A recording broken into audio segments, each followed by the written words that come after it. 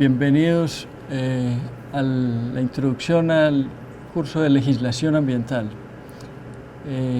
Hoy vamos a dar inicio con la primera parte de la unidad 1, que busca hacer una introducción con un glosario de términos de las ciencias ambientales y de la legislación ambiental.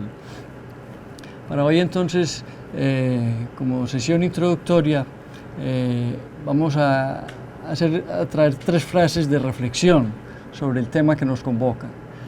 La primera es de Carl Sagan, que nos dice que los derechos y las libertades o se usan o se pierden.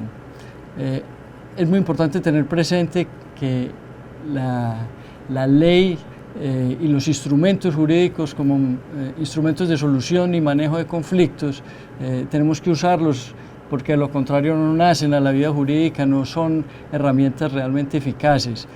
Muchas de las normas que tenemos en Colombia son normas que están escritas, podríamos decir que es mera tinta en el papel, letra muerta, porque no las estamos usando adecuadamente. Entonces, esta primera invitación que nos hace el profesor Carl Sagan de usar esos derechos y libertades que tenemos en nuestras constituciones, en el ordenamiento jurídico internacional para la defensa del medio ambiente, es un llamado de atención muy importante. La otra frase de reflexión es de Henry David Thoreau, un autor muy reconocido en los Estados Unidos y en el mundo, que escribió 2 textos muy bellos. Uno se llama Walden, la vida en los bosques, y el otro La desobediencia civil. Estos 2 textos son representativos de su trabajo. Es un economista y nos hace también un llamado de atención muy importante en relación con la ley. No es debido dar a la ley el mismo valor que a la conciencia. Si no existe una conciencia ambiental, pues la ley no va a ser un instrumento suficiente para enfrentar la problemática que tenemos en materia ambiental en Colombia y en el mundo. Y finalmente esta frase de José Martí nos hace pensar que el reto que tenemos es un reto realmente complejo. No podemos esperar que un problema difícil tenga una solución facilista. Muchas veces los políticos nos han vendido la idea de que podemos solucionar con soluciones sencillas y fáciles y casi mágicas problemas muy complejos que vienen de hace mucho tiempo.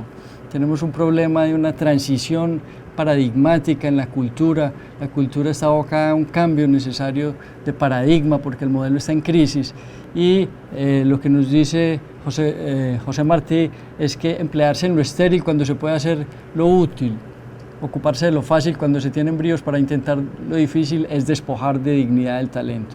Entonces la invitación es a no despojar de dignidad el talento. Tenemos un talento y unas herramientas para usar que no van a ser fáciles, porque realizar la Constitución es una utopía realizable, pero es una utopía difícil, en la que nos embarcamos y estaremos embarcados siempre si queremos pues, una sociedad más viable y una sociedad mejor y más justa. Bueno, después de estas frases de reflexión, empezaremos con algunos conceptos que son importantes tener presentes. Muchas veces el estudio de la legislación ambiental y del derecho ambiental inicia con normas del derecho español o con normas viejas del ordenamiento jurídico de la República Colombiana, pero desconoce las normas de las comunidades primitivas, la ley de origen, la ley que ha dado pie como el conocimiento de unas pautas de relación del hombre con la naturaleza. Entonces, ¿qué es esto de la alianza con la naturaleza? ¿Hemos oído hablar de la alianza con la naturaleza? Podríamos pensar que la naturaleza es un sujeto o es un objeto. ¿Cómo entender eso? Pues para la cultura occidental la naturaleza se ha visto como un objeto, y eso ha tenido unas consecuencias muy determinantes y graves, podría decirse, en relación con los impactos ambientales, porque al ver a la naturaleza como un objeto, un mero objeto de apropiación, como un recurso que tiene un valor para nosotros, y lo que no es recurso parece que no tuviera ningún valor, ha tenido unas consecuencias importantes, como les digo, y las comunidades indígenas desde siempre han tenido lo que han denominado la ley de origen, el derecho propio o derecho mayor. ¿Qué es esto de la ley de origen que ya está reconocido, ya está citado en las normas del ordenamiento jurídico colombiano actual? Recientemente, en los últimos años, ha aparecido esto, una referencia en las normas, decretos del orden nacional, a esto de la ley de origen. ¿Cómo entendemos esa ley de origen? ¿Por qué esa alianza con la naturaleza, de ver a la naturaleza como un sujeto para las comunidades indígenas? La cultura occidental la ha roto y ha empezado a verla como un objeto de apropiación.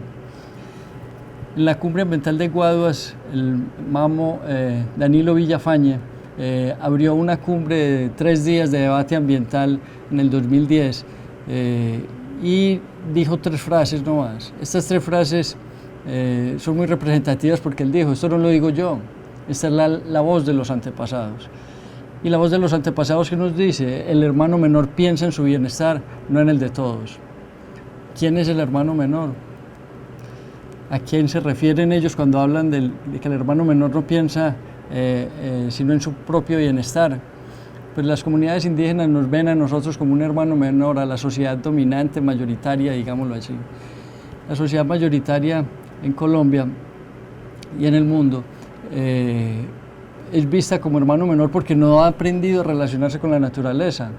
Tumba un árbol por verlo caer, y eso es contrario a la ley de origen. Entonces, si uno investiga un poco en internet y encuentra algunas de las conferencias de Danilo Villafañe, este mamo de la Sierra Nevada, va a encontrar que él dice que nosotros podemos llegar a ser mayores, podemos salir de esa minoría de edad, pero para salir de esa minoría de edad tenemos que aprender a relacionarnos con la naturaleza de una forma diferente, con más respeto.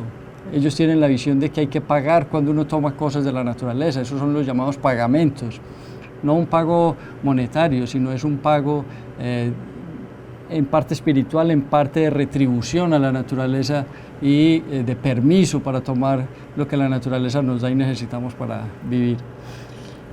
No se cambia esto por miedo a la catástrofe. El discurso ambiental a veces parece catastrofista y entonces hay que cambiar el modelo porque estamos abocados a una catástrofe. Y para las comunidades indígenas, simplemente uno se comporta con la naturaleza de una determinada manera porque así debe ser y no porque va a haber una catástrofe o porque posiblemente estamos enfrentados a una guerra con Gaia, como dice James Lovelock en su texto reciente de La revancha de Gaia. Y el aprendizaje no es de especialistas, es transgeneracional. Entonces hay unas sabidurías que hay que reconocer que a veces hemos desconocido, saberes de personas que pueden ser, no tener una formación académica, pero pueden tener gran sabiduría. Entonces, ¿cómo se define esto de la ley de origen? Pues Luis Ebelis Andrade, consejero mayor de la UNIC, la define como: la ley de origen es la ciencia tradicional de la sabiduría y el conocimiento ancestral indígena para el manejo de todo lo material y espiritual, cuyo cumplimiento garantiza el equilibrio y la armonía de la naturaleza, el orden y la permanencia de la vida, del universo y de nosotros mismos como pueblos indígenas y guardianes de la naturaleza. Regula las relaciones entre los seres vivientes, desde las piedras hasta los seres humanos, hasta el ser humano, en la perspectiva de la unidad y la convivencia en los territorios ancestrales legados desde la materialización del mundo. ¿Por qué esta definición nos habla de relaciones desde las piedras hasta el ser humano? ¿Qué sentido tiene eso, pensar en las piedras? Nosotros no le damos importancia a las piedras. A veces con trabajo reconocemos los demás seres vivos de la naturaleza. Ahora, darle importancia a las piedras, ¿tendrá sentido eso? ¿Qué piensan ustedes? ¿De dónde sale esta visión? Pues esta visión tiene sus orígenes en una visión de solidaridad, en una visión de interdependencia. Si pensamos en la biota sésil del fondo marino, que está pegada al fondo, al suelo, pues podemos entender que estas formas de vida no pueden existir si no están pegadas a lo inerte. Nosotros no podemos pensar que vamos a vivir si no tenemos ciertos niveles de minerales en el organismo. O sea, esa interdependencia de todo lo vivo y lo no vivo en el ecosistema hace que podamos entender que no es descabellada esta definición de lo que entienden las comunidades primitivas por ley de origen. Y en este video, que los invito a que lo vean, es un video de un indígena boliviano que nos trae esta frase que me parece muy significativa. También es como la expresión de la ley de origen para los pueblos originarios. Que todos vayamos juntos, que nadie se quede atrás, que todos tengan todo, que a nadie le falte nada. ¿Qué lo hace pensar a uno una frase como esta? Vale la pena comentarla, discutirla, porque suena extraño. ¿Por qué suena extraño una frase como esta, que es algo como tan elemental? Que no lo están diciendo ahora, sino que se ha dicho desde tiempos muy remotos. Suena extraño porque el modelo nos dice que si yo estoy bien, todo está bien. Ese es el modelo que nos vende una sociedad dominante, una televisión, unos medios de comunicación. Y eso es muy insolidario. Eso no puede ser, según la misma máxima kantiana, que Kant se preguntaba, si lo que yo quiero para mí no lo puedo querer para todos, pues hay algo que no está funcionando bien en eso. Porque esta es una visión de solidaridad. No que todos tengamos lo mismo, no que haya una igualdad total, sino que haya como una visión, exista una visión del colectivo y del interés público de alguna manera. Entonces esta visión de la ley de origen, James Lovelock en su texto de Gaia, la diosa griega de la tierra, y Gaia para James Lovelock, uno de los ecólogos más importantes del mundo actual, considera que Gaia está viva, que Gaia es como un organismo vivo y reacciona a los impactos que le generamos. Entonces él nos hace ver cómo el convenio de cambio climático y el convenio de la protección de la capa de ozono tienen interacciones y están relacionados, aunque buscan controlar sustancias completamente diferentes. Tienen una relación porque de alguna manera el agujero de la capa de ozono es una estrategia posiblemente para liberar calor que el mismo planeta asume o adopta, digámoslo así. Entonces, Gaia para James Lovelock es la capa esférica de la Tierra y agua que se autorregula para mantener su habitabilidad. Es un tejido interactivo que lleva más de 4.000 millones de años desde que surge pues, el origen pues, propiamente del planeta y unos 3.700 de vida en el planeta. Entonces, en toda esta evolución geológica y en esta evolución del planeta hay que entender que estamos en un momento de transición de paradigma o de modelo de desarrollo.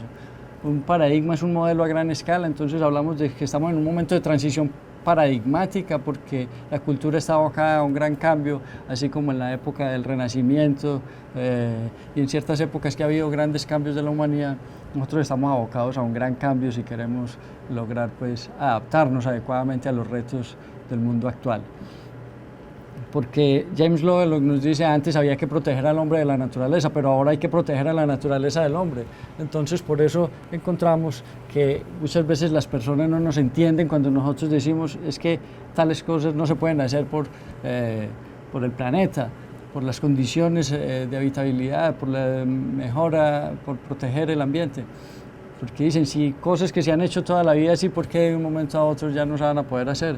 Pues la gran demanda de recursos naturales y los grandes impactos ambientales que hemos generado nos han llevado a que esas cosas que antes funcionaban bien ya no funcionen adecuadamente.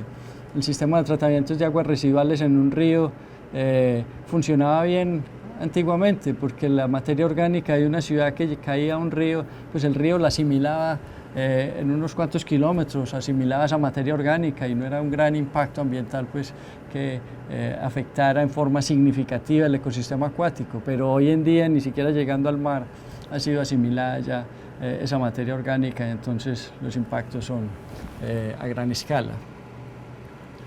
Por eso es que el movimiento de los indignados, el movimiento de la primavera árabe, el movimiento Occupy en Nueva York, todos estos movimientos de gran participación de los jóvenes en el mundo actual empiezan a sacar manifestaciones como esta. Error de sistema, reinicie por favor, porque hay un una crítica profunda al sistema. Se ve que el sistema está generando graves daños ambientales y sociales, y por eso todo este tipo de expresiones las encontramos con frecuencia hoy en día. Muchas gracias.